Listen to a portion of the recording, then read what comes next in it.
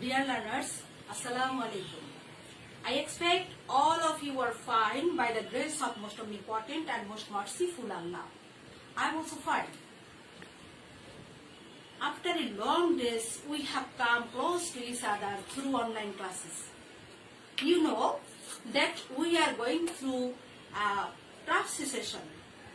The world is going through a worldwide pandemic that has slowed down the process of learning. But as you know, the process of learning cannot be stopped. So government has taken initiative to continue online classes. For this reason, Haji Mokhtar Ali Mridha Degree College has also arranged online classes for all of the students. So সুপ্রিয় শিক্ষার্থীবৃন্দ, সুস্বাগতম, congratulations to all of you. আসলে আমি তোমাদেরকে যা বলছি তা হচ্ছে এই যে আসলে দীর্ঘদিন আমরা একে অপর থেকে বিচ্ছিন্ন ছিলাম। All of we are detached from each other. আমরা সবাই একে অপর থেকে বিচ্ছিন্ন ছিলাম করোনা ভাইরাসের জন্য। লেখাপড়া থেকে তোমরা অনেক দূরে ছিলে, অনেক সরে গিয়েছিলে, কিন্তু আসলে জীবন তো চলতেই হবে, যেহেতু আমরা বেঁচে আছি। এই মুহূর্তে আমার রবার্ট ফ্রস্টের একটা কবিতার লাইন মনে পড়ে গিয়েছে, যে কবিতাটি ছিল আউট। রবার্ট ফ্রস্টের আউট কবিতা থেকে। সেখানে কবিতার লাইনটা ছিল এরকম যে টু বিল্ড, কবিতার লাইনটি no more to build on there and they since they were not the one dead turn to the affairs. অর্থাৎ ওখানে বিষয়টা ছিল এরকম যে একটা ছেলে যে ছিল শিশু শ্রমিক, একটা করাত করে কাজ করত। সে কাজ করতে গিয়ে তার হাতটা কেটে গিয়েছিল এবং কাটার ফলে ছেলেটির একদম মরণপণ অবস্থা, তার মানে মুমূর্ষ, ইজ গোয়িং টু ডেড। তো তার নিঃশ্বাস আপ ডাউন করছে, মৃত্যু পথযাত্রী। অনেক লোক জড়ো হয়েছে একসঙ্গে। ছেলেটির এই অবস্থা দেখে সবাই যেন ভেঙে পড়ছে। টানা অনেকক্ষণ তারা তাকে দেখছে, অবজার্ভ করছে, কিন্তু একটা সময় তারা সবাই চলে গেল। কবি ওখানে উল্লেখ করেছিলেন আসলে তারা কেউ তো মরেনি, তাই তাদের কাজে তারা চলে গেল। এরকমই ঘটনাটি আসলে এই যে করোনা ভাইরাসে পৃথিবী থেকে অসংখ্য লোক, 10 লাখের বেশি লোক বিদায় নিয়ে গিয়েছে।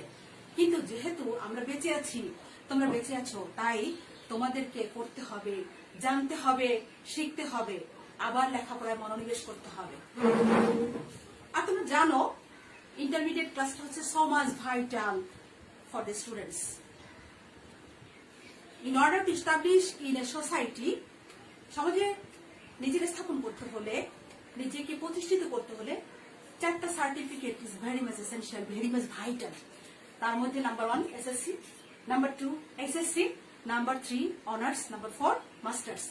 তো এই অবস্থায় তোমাদের এই ইন্টারমিডিয়েট লেভেলটাকে যে গ্যাপ আমাদের হয়ে গিয়েছে সেটাকে কভার করতে হবে, আমাদের রিকভার করতেই হবে ইনশাল্লাহ। তো এখন থেকে সবাই অনলাইন ক্লাসে যুক্ত থাকো, রেগুলার ক্লাস করো, বন্ধুদেরকে শেয়ার দাও এবং ক্লাসে কখনোই নেগলেক্ট করো না। তো আজকে আমরা English second paper completing sentence থেকে আলোচনা করব। Completing sentences, completing sentences. Today we are going to discuss completing sentences. Completing sentence থেকে আলোচনা করব কন্ডিশনাল সেন্টেন্সের এই পার্টটি, কন্ডিশনাল সেন্টেন্সেস।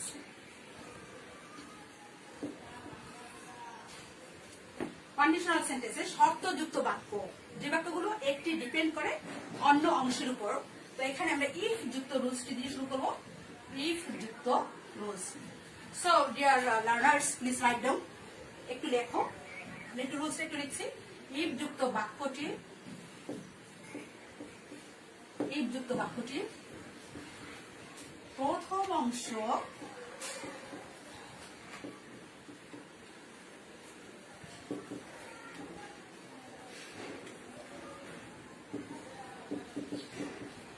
ইফ যুক্ত বাক্যটির প্রথম অংশ প্রেজেন্ট ইনডেফিনিট টেন্স হলে পরের অংশ হবে, পরের অংশ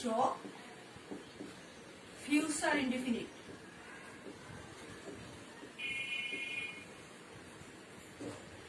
ইফযুক্ত বাক্যটির প্রথম অংশ প্রেজেন্ট ইনডিফিনিট টেন্স হলে পরের অংশটি হবে কি ফিউচার ইনডিফিনিট।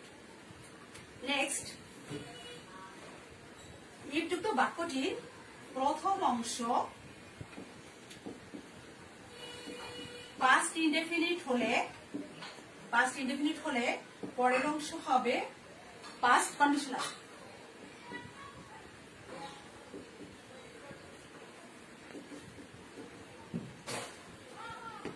প্রথম অংশ প্রেজেন্ট ইনডিফিনিট হলে পরের অংশ হবে ফিউচার ইনডিফিনিট, প্রথম অংশ পাস্ট ইনডিফিনিট হলে পরের অংশ হবে past conditional.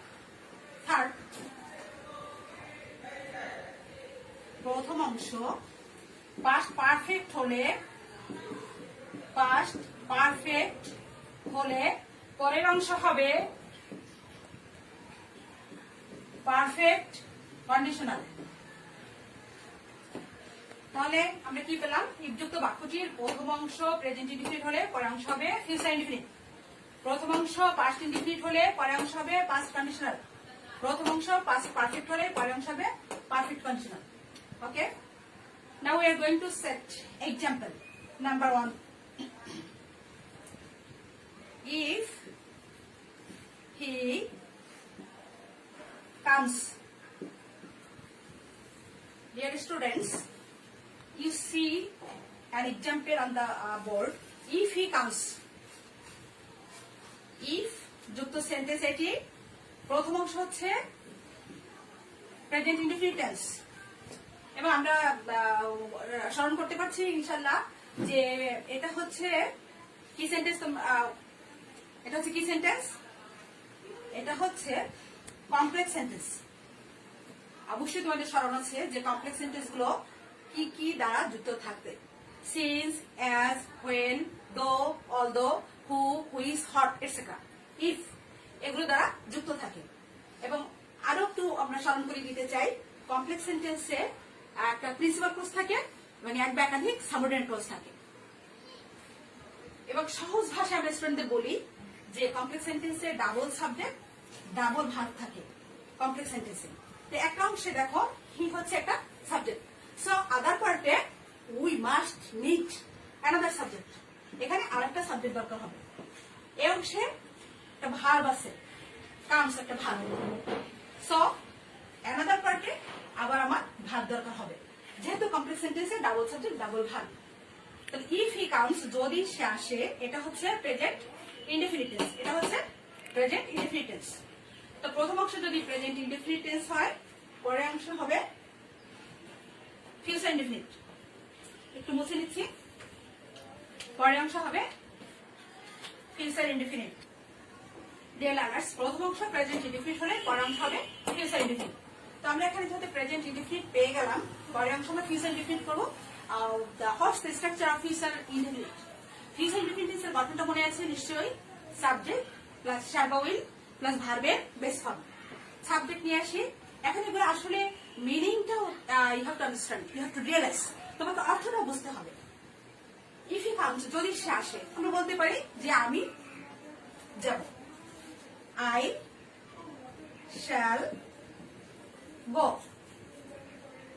If he comes, প্রথম অংশ প্রেজেন্ট ইনডেফিনিট আমরা পেলাম, পরের অংশে আমরা ফিউচার ইনডেফিনিট করতেছি, সাবজেক্ট, তারপরে শ্যাল বা উইল আসবে, এরপর ভার্বের বেস ফর্ম।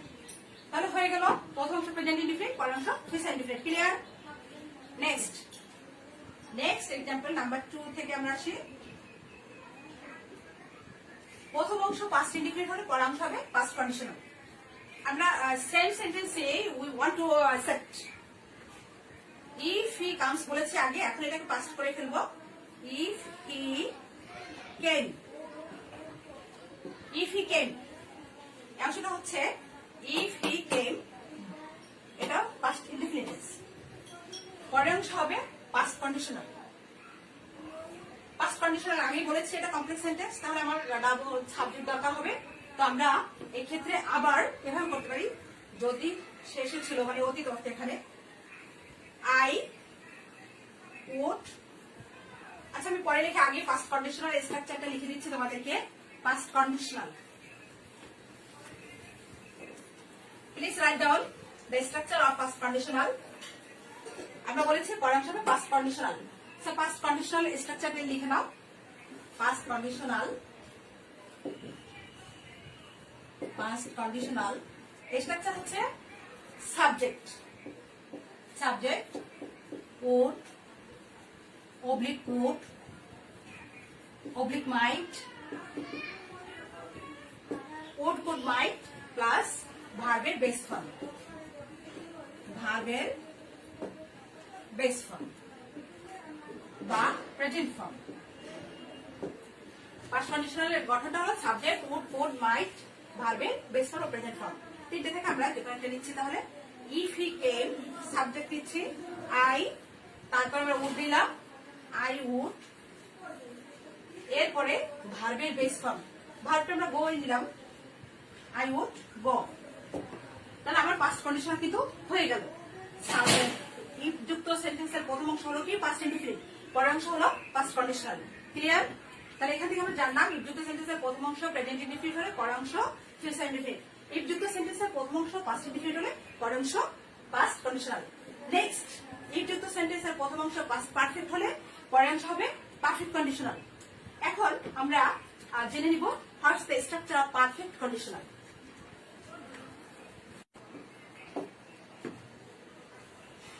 হ্যাঁ, perfect conditional, perfect conditional structure হচ্ছে subject plus would have oblique would have oblique might have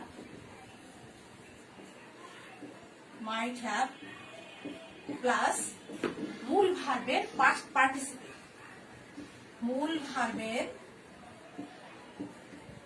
PP form, PP form আমরা সংক্ষেপে লিখছি মূল ভার্বের PP form. You have to memorise it, তোমাকে এটা মুখস্থ করতে হবে। পারফেক্ট কন্ডিশনালের স্ট্রাকচারটা কি, পাস্ট কন্ডিশনাল স্ট্রাকচারটা কি, এটাকে তোমার মেমোরাইজ করতে হবে, মুখস্থ করতে হবে। পারফেক্ট কন্ডিশনাল স্ট্রাকচার হচ্ছে subject would have oblique might have মূল ভার্বের পাস্ট পার্টিসিপেল। ক্লিয়ার? এখন আমরা লিখছি সেম সেন্টেন্সে আমি সেট করছি আবার ইফ হি, প্রথম অংশ পাস্ট পারফেক্ট, ঠিক আছে? প্রথম অংশ হচ্ছে past perfect. Can you remember what's the structure of past perfect tense? Okay, আমি বলে দিচ্ছি। পাস্ট পারফেক্ট টেন্সের স্ট্রাকচার হচ্ছে সাবজেক্ট প্লাস হ্যাড প্লাস মূল ভার্বের পাস্ট পার্টিসিপেল। তাহলে আমরা লিখি সাবজেক্ট, এরপরে হ্যাড, মূল ভার্বের পাস্ট পার্টিসিপেল হবে come. If he had come. Next part will be perfect conditional.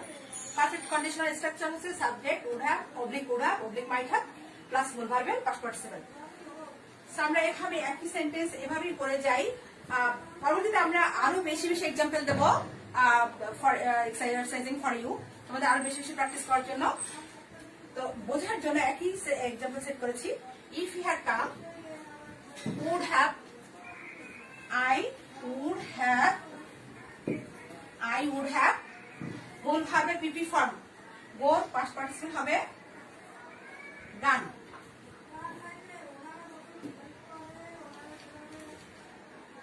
If he had come, I would have gone. তাহলে ইফ যুক্ত বাক্যের প্রথম অংশ পাস্ট পারফেক্ট হলে পরের অংশ হবে পারফেক্ট কন্ডিশনাল, এবং পারফেক্ট কন্ডিশনাল স্ট্রাকচারটা আমাদের আশা করি মুখস্থ হয়ে গেছে। Subject would have might have ভার্বের পাস্ট পার্টিসিপেল।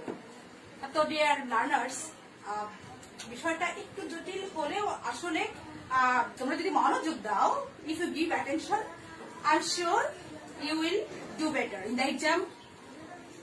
ওকে, তাহলে আমরা আবার বলছি, যুক্ত সেন্টেন্সের প্রথম অংশ প্রেজেন্ট ইনডিফিনিট হলে পরের অংশ হবে ফিউচার ইনডিফিনিট, প্রথম অংশ পাস্ট ইনডিফিনিট হলে পরের অংশ হবে পাস্ট কন্ডিশনাল, প্রথম অংশ পাস্ট পারফেক্ট হলে পরের অংশ হবে পারফেক্ট কন্ডিশনাল। এবং পাস্ট কন্ডিশনাল স্ট্রাকচারটাও আবার বলে দিচ্ছি, subject plus would might plus ভার্বের বেস ফর্ম। পারফেক্ট কন্ডিশনাল স্ট্রাকচারটা subject would have might have ভার্বের পাস্ট পার্টিসিপেল। আশা করি তোমরা যদি বাড়িতে ভালোভাবে পড়ো, ইনশাল্লাহ তোমরা ভালো করবে।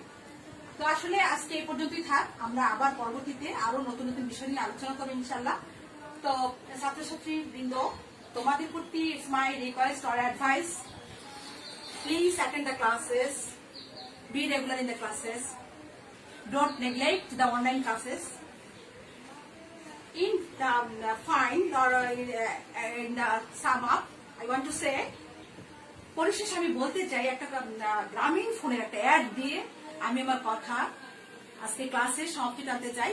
সেটা হচ্ছে গ্রামীণ ফোনের অনেক আগে একটা অ্যাড আমরা শুনতাম যে দূরত্ব যতই হোক কাছে থাকুন সর্বক্ষণ। ভালো থাকুন। আসসালামু আলাইকুম। আল্লাহ হাফিজ।